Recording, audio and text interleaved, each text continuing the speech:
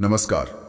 आज हम एक ऐसी जगह के इतिहास और कह सकते हैं रहस्यों में उतर रहे हैं जो हजारों साल की आस्था और कहानियों को अपने में समेटे हुए हैं। हम बात कर रहे हैं गुजरात के तट पर बसे श्री द्वारकाधीश मंदिर की। इसे जगत मंदिर या निज मंदिर भी कहते हैं, है ना? जी हाँ, बिल्कुल जगत मंदिर। हमारे पास इसके बारे में काफी विस्तृत लेख है। इसमें मंदिर का इतिहास, इससे जुड़ी किंवदंतियां, इसकी जो बनावट है और धार्मिक महत्व, सब पर काफी जानकारी दी गई है।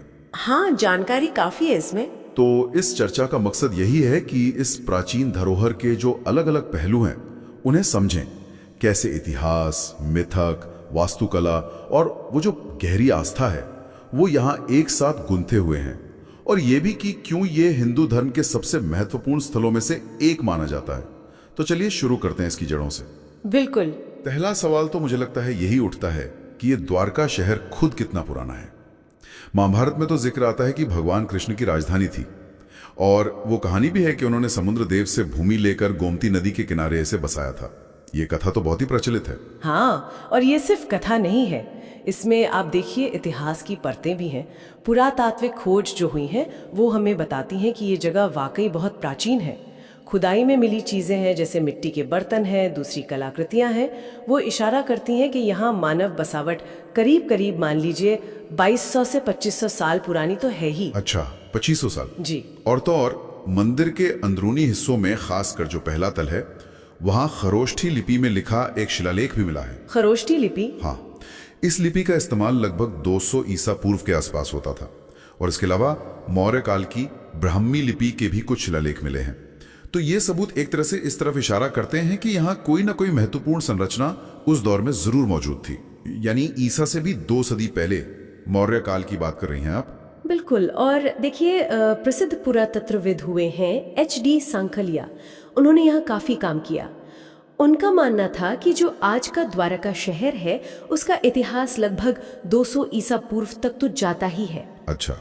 और इससे भी ज्यादा दिलचस्प बात यह है कि समुद्र के नीचे तट के पास ही एक प्राचीन बंदरगाह के अवशेष मिले हैं। समुद्र के नीचे? हाँ। हालांकि देखिए, ये पूरी तरह स्पष्ट नहीं है कि ये अवशेष ठीक कितने पुराने हैं।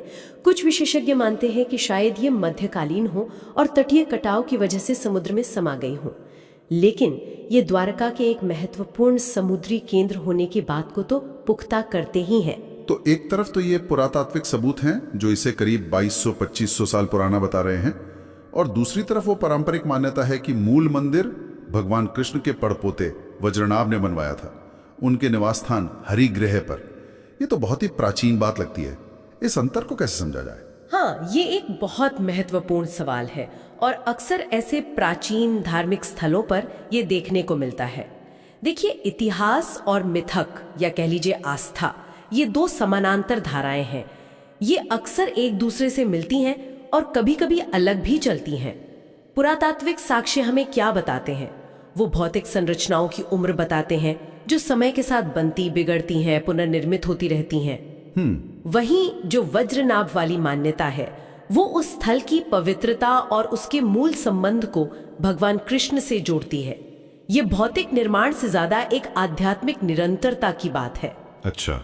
तो हो सकता है, बिल्कुल हो सकता है कि वज्रनाभ ने मूल रूप से कोई छोटा स्मारक या मंदिर बनवाया हो जिसका स्वरूप समय के साथ बदलता गया हो, और आज का जो ढांचा है वो बाद के काल का है, लेकिन उस स्थान की पवित्रता, उसका कृष्ण से जुड़ाव, वो वही बना रहा। तो यहाँ इतिहास और आस्था, मुझे लगता है, एक दूसरे का खंडन नहीं करते, बल्कि एक जटिल परतदार कहानी बनाते हैं। ये समझना वाकई दिलचस्प है कि कैसे समय के साथ चीजें बदलती हैं पर उनका मूल भाव वो शायद बना रहता है। अच्छा, कथाओं की बात चली रही है तो ऋषि दुर्वासा और रुक्मिणी से जुड़ी वो कहानी भी तो है, वो काफी सुनी है। हाँ हाँ, वो कथा भी काफी प्रचलित है। कहते हैं कि एक बार ऋषि दुर्वासा, जो अपने क्रोध के लिए जाने जाते थे, वो कृष्ण और रुक्मिणी से मिलने द्वारका आए। उन्होंने इच्छा जताई कि कृष्ण और रुक्मिणी स्वयं रथ खींचकर उन्हें अपने महल तक ले चलें। अब कृष्ण और रुक्मिणी दोनों सहमत हो गए। हाँ। रास्ते में जब रुक्मिणी जी को प्यास लगी तो कृष्ण ने वहीं पृथ्वी पर पैर मारकर गंगा को प्रकट कर दिया। रुक्मिणी जी ने जल पी लिया, लेकिन दुर्वासा इस बात पर क्रोधित हो गए कि भाई उनसे पूछे बिना जल क्यों पिया। ओहो। तो उन्होंने रुक्मिणी को श्राप दे दिया कि वो कृष्ण से अलग होकर उसी स्थान पर रह जाएंगी। और इसीलिए शायद आज भी मुख्य मंदिर से कुछ दूरी पर रुक्मिणी देवी का एक अलग मंदिर है। बिल्कुल, और यहीं पर देखिए पौराणिक कथा और भूगोल का वो संगम देखने को मिलता है। वो अलग मंदिर मानो उस कथा को साकार करता है। वो ये समझाता है कि रुक्मिणी मुख्य मंदिर में कृष्ण के साथ क्यों विराजमान नहीं है। ये दिखाता है कि कैसे लोक मान्यताएं और कथाएं किसी स्थान के विन्यास को, उसकी संरचनाओं को, परंपराओं को एक अर्थ देती हैं और उन्हें पीढ़ी दर पीढ़ी जीवित रखती हैं। सही कहा, कथाएं सिर्फ कहानियां नहीं हैं, वो इतिहास और भूगोल को समझने का एक नजरिया भी देती हैं। बिल्कुल। तो ये तो हुई इतिहास और पौराणिक कथाओं की बात, लेकिन इस मंदिर की आत्मा तो मुझे लगता है इसके गहरे धार्मिक महत्व में बसती है। इसे भारत के 4 धामों में गिना जाता है ना? हाँ बिल्कुल। द्वारकाधीश मंदिर जो है वो पश्चिम दिशा का धाम है। पश्चिम का? जी। अन्य 3 है, पूर्व में पुरी जगन्नाथ मंदिर, उत्तर में बद्रीनाथ और दक्षिण में रामेश्वरम। आदि शंकराचार्य ने 8वीं शताब्दी में इन 4 मठों की स्थापना करके हिंदू धर्म को संगठित करने का, एक सूत्र में पिरोने का बहुत बड़ा काम किया था। हाँ, सुना है। और ये माना जाता है कि हर हिंदू को अपने जीवन काल में इन 4 धामों की यात्रा करनी चाहिए। इससे मोक्ष प्राप्ति में सहायता मिलती है, ऐसी मान्यता है। तो द्वारका का इस प्रतिष्ठित सूची में होना ही अपने आप में इसके असाधारण महत्व को दर्शाता है। आपने आदि शंकराचार्य का जिक्र किया, मैंने सुना है मंदिर परिसर में उनसे जुड़ा एक स्मारक भी है। जी हाँ है। आदि शंकराचार्य ने न केवल ये 4 धामों की संकल्पना स्थापित की, बल्कि उन्होंने स्वयं इन सभी स्थानों की यात्रा भी की थी। जब वो द्वारका आए तो उन्होंने यहाँ शारदा पीठ की स्थापना की, जो उनके द्वारा स्थापित 4 प्रमुख मठों में से एक है। शारदा पीठ? जी। उनकी इसी यात्रा और योगदान के सम्मान में मंदिर परिसर के अंदर एक स्मारक समर्पित है। ये इस बात का प्रतीक है कि कैसे द्वारका न सिर्फ वैष्णव परंपरा के लिए बल्कि व्यापक हिंदू दर्शन के लिए, खासकर अद्वैत वेदांत के लिए भी एक महत्वपूर्ण केंद्र रहा है। शंकराचार्य का यहाँ आना और पीठ स्थापित करना, इसने द्वारका को एक अखिल भारतीय स्तर पर, कह सकते हैं, एक अकाट्य धार्मिक पहचान दी। ये तो बड़ी बात है। 4 धाम और शंकराचार्य के अलावा इसका वैष्णव परंपरा में और क्या खास स्थान है? हमने सुना है ये एक पुष्टि मार्ग मंदिर भी है, इसके बारे में थोड़ा बताइए। हाँ, ये एक और महत्वपूर्ण पहलू है इसका। पुष्टि मार्ग जो है वो भक्ति का एक संप्रदाय है।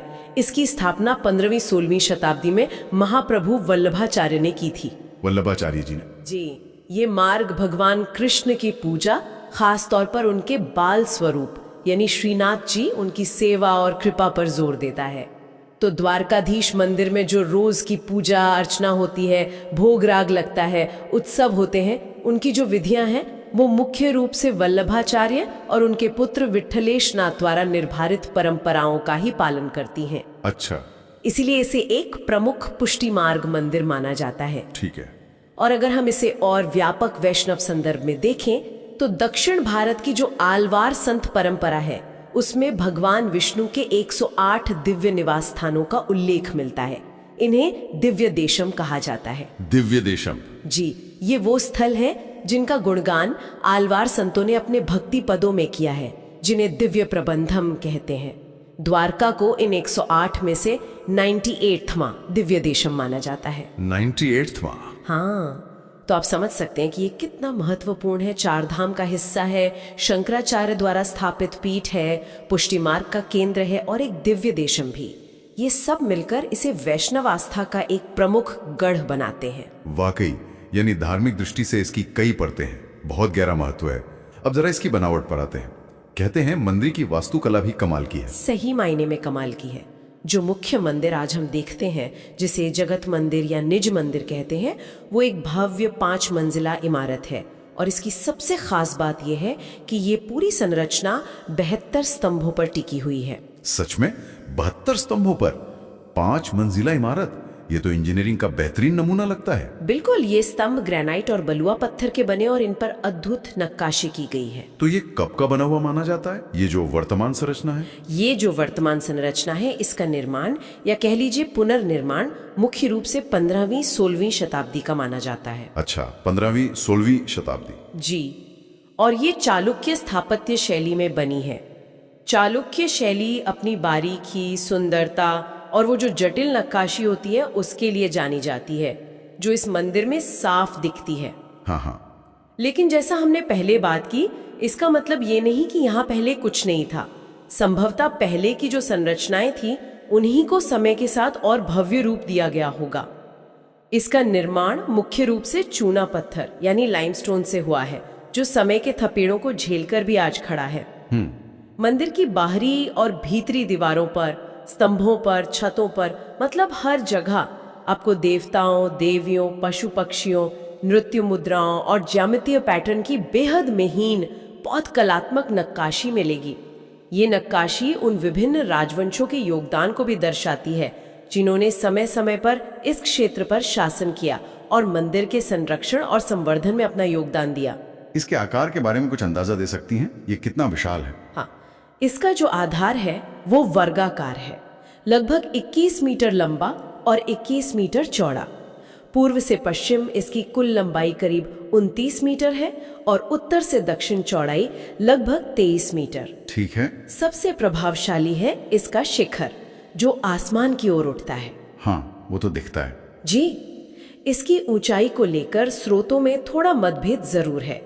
कुछ इसे 51.8 मीटर यानी लगभग 170 फीट बताते हैं, तो कुछ स्रोत 78.3 मीटर यानी लगभग 257 फीट भी बताते हैं। काफी अंतर है।